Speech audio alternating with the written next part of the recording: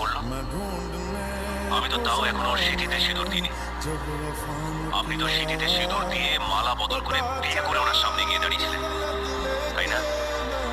আজ আপনার পরিবারের মেয়ে এত বড় একটা ভুল করেছে যে ও যাকে ভালোবাসে আপনি তার উপরে বন্দুক তুলে দাঁড়িয়ে আছেন। আপনার ভদ্রতা, সভ্যতা সব মুখোশ পড়ে গেছে, এটা ঠিক। আর উনি রাগের মাথায় একটা গুলি চালিয়েছিলেন বলে সেটা তার অন্যায়, সাংঘাতিক অপরাধ, তাই না? আপনাদের বাড়ির মেয়ে মেয়ে আর ওনার বাড়ির মেয়ে মেয়ে নয়। আপনাদের ভালোবাসা ভালোবাসা, ওনার ভালোবাসা